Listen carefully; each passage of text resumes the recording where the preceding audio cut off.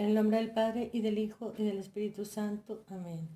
Ave María Purísima, sin pecado concebida. Espíritu Santo, fuente de toda luz, ilumínanos.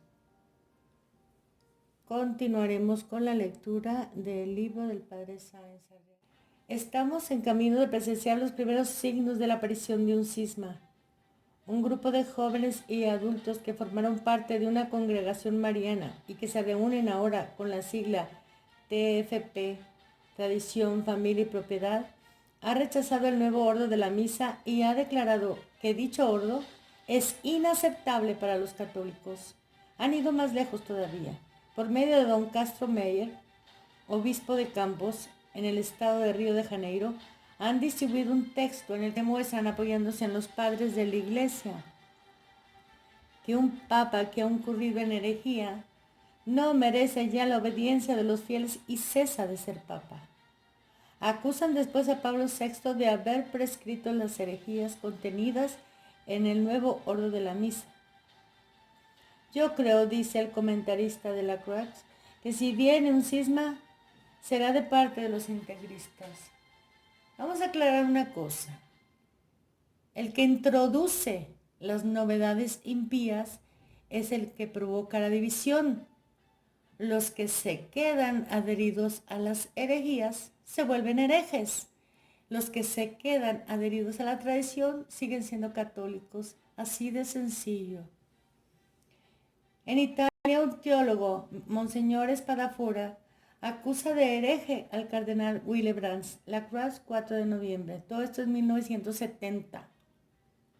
El semanario de extrema derecha, Los Pecho, ha publicado, y no sé si estoy pronunciando bien, en su número del 25 de octubre, un violento ataque de un prelado profesor de exégesis, Monseñor Spadafora, contra el cardenal Willebrands, presidente del Secretariado por la Unidad de los Cristianos.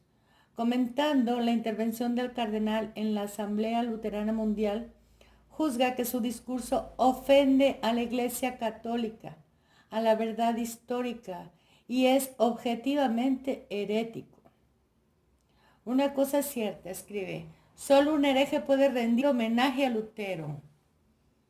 Eso ya pasaba en 1970. Lo vimos repetir con Juan Pablo II, con Benedicto XVI y ahora con Bergoglio, pero por alguna extraña razón nadie se dio cuenta. Habla ahora en la B de Nantes.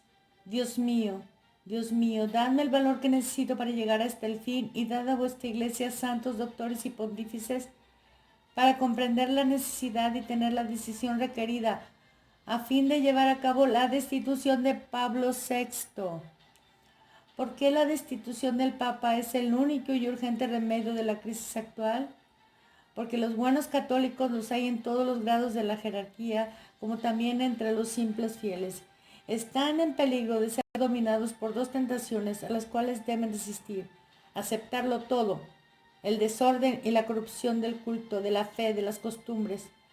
Todo aquello que manda o autoriza una jerarquía, al parecer unánime, de la cual la cabeza y el jefe es el Papa, por la cual son fuertemente impulsados y constreñidos.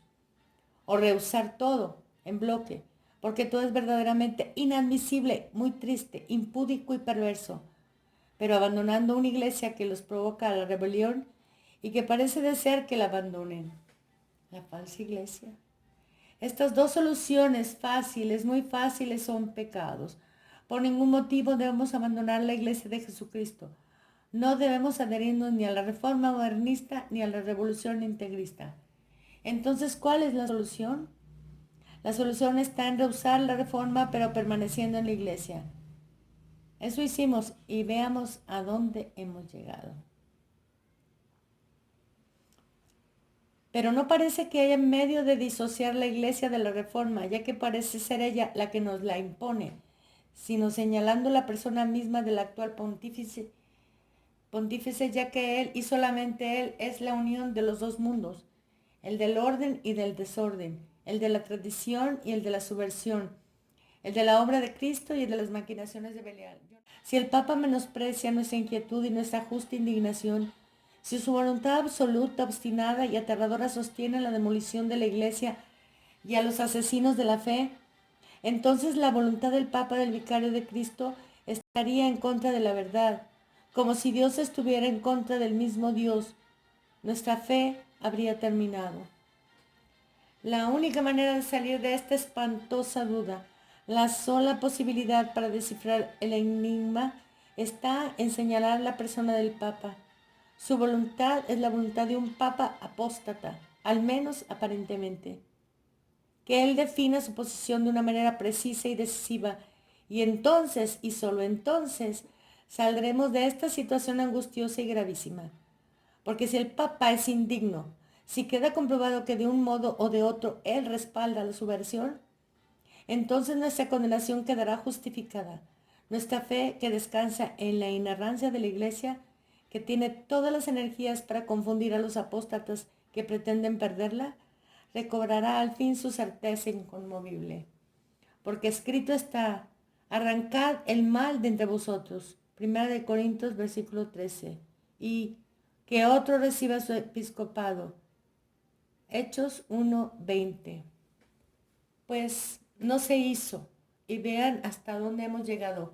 No se hizo nada de eso. Creo que la Beden antes presentó la denuncia, su liber acusaciones, no me acuerdo cómo se llama, pero lo mandaron por las cocas. Este Papa no solo no ha sancionado, sino que rehúsa obstinadamente el combatir la herejía, el cisma, el sacrilegio descaradamente cometido, perpetrado, profesado por numerosos y considerables miembros de la jerarquía. Simultáneamente, él permite que él o sus subordinados directos sean tratados como herejes, sin hacer otra cosa que levantar los brazos al cielo, buscando solamente que sus acusadores abandonen desesperados una iglesia que los pone en trance angustioso. Ninguno de los principios modernos de una nueva teología que él invoca o podrá invocar le puede excusar de sustraerse a los deberes esenciales de su autoridad soberana. Repito, ninguno de los principios modernos de la nueva teología que él invoca o podría invocar le puede excusar de sustraerse a los deberes esenciales de su autoridad soberana. ¿Cuál es? Guardar el depósito de la fe. El hecho de que Pablo VI jamás pronuncie el anatema sobre las más monstruosas herejías, que no haya puesto el entredicho sobre los templos donde se celebran misas inválidas o sacrílegas, el que no haya excomulgado a los sacerdotes y laicos que han participado en esos cultos ecuménicos y en las intercomuniones escandalosas, basta para justificar la acusación de traición contra el actual Papa.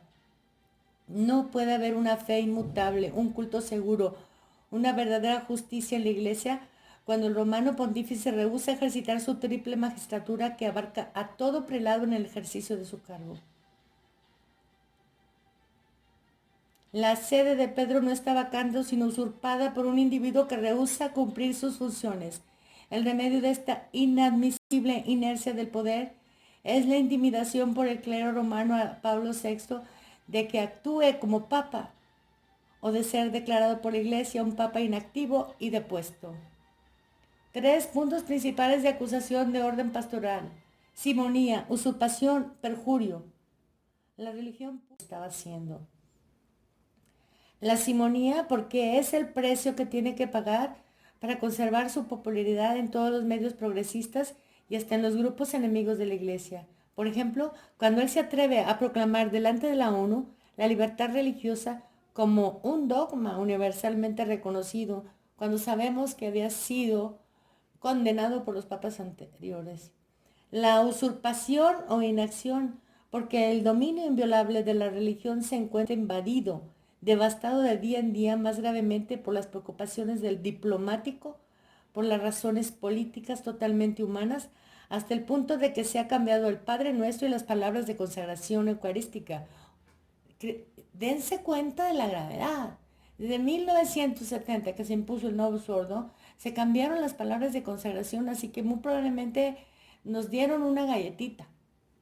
Perjurio, porque lo mismo los cardenales que lo eligieron, el clero y el pueblo romano que lo aclamó, La iglesia entera, que lo recibió como papa legítimo, han escuchado de él en privado y en público sus protestas y sus juramentos de fidelidad a la disciplina constante y a la fe tradicional de la iglesia. Promesas jamás cumplidas. No olvidemos también que antes de ser sacerdote tuvo que hacer el juramento antimodernista, así que también por eso es perjuro. Este adulterio, escuchemos bien la palabra, este adulterio, para usar la antigua imagen bíblica, según la cual toda traición a la fe divina es un adulterio y una prostitución a los ídolos. Leo despacito para que se grabe y vuelvo. Este adulterio, para usar la antigua imagen bíblica, según la cual toda traición a la fe divina es un adulterio y una prostitución a los ídolos, se siente en la vida cotidiana de la iglesia, en especial en Roma. Son los herejes de dentro y de fuera los que pasan, mientras los católicos fieles quedan fuera. Son los budistas de Vietnam del Norte los que tienen conciliábulos secretos con las altas jerarquías del Vaticano. Volvemos a hacer un paréntesis. La bandera comunista ondeará en el Vaticano. Cierro paréntesis. No, los cristianos del sur, de Vietnam del Sur, no eran recibidos. Que por lo que tienen las manos manchadas de sangre verdaderamente. Los terroristas, asesinos, son recibidos por el Papa con gran benevolencia, mientras se cierran las puertas a los defensores suplicantes de la misa de San Pío V y del verdadero catecismo, no del nuevo, del verdadero. Este pontificado ha sido y es el reino del extranjero y de lo extranjero, y la exclusión de los hijos legítimos que no solo han sido olvidados sino detestados. Les sabe entonces a novedad las injurias de Bergoglio. Aquí compendiada, he aquí demostrada en breve la apostasía de Pablo VI. Cuando mañana se haga el proceso de la herejía de Pablo VI, su mensaje del 25 aniversario de la ONU, que reitera y agrava hasta la blasfemia los errores de su discurso en la ONU, de sus encíclicas Ecclesiam Suam y Populorum Progressio, constituirá una acusación suficiente. Si es verdadero y sincero el credo de Pablo VI, la Iglesia no podrá menos de pronunciar el anatema. Para mí, quiero estar libre de la maldición divina. Ese mensaje, Mazdu, es una obra del anticristo. Él se está refiriendo a lo que dijo en la ONU en su mensaje del 25 aniversario. ¿Os asombra mi audacia? Es porque no os habéis dado cuenta del peligro tremendo que tenemos de que todos los miembros de la iglesia, todos no, porque no podría ser, pero casi todos, como la experiencia del pasado y la misma experiencia que estamos viviendo lo demuestran, pueden seguir a su cabeza en esta marcha hacia Mao, con la mirada fija en la quimera. Si la mayoría de los miembros de la iglesia sigue al apóstata, este será el peor castigo del mundo. Y lo siguieron. Y lo seguimos, diría yo, porque yo estuve ahí hasta 2005. Hasta que supe todo lo que había sucedido desde el Vaticano II.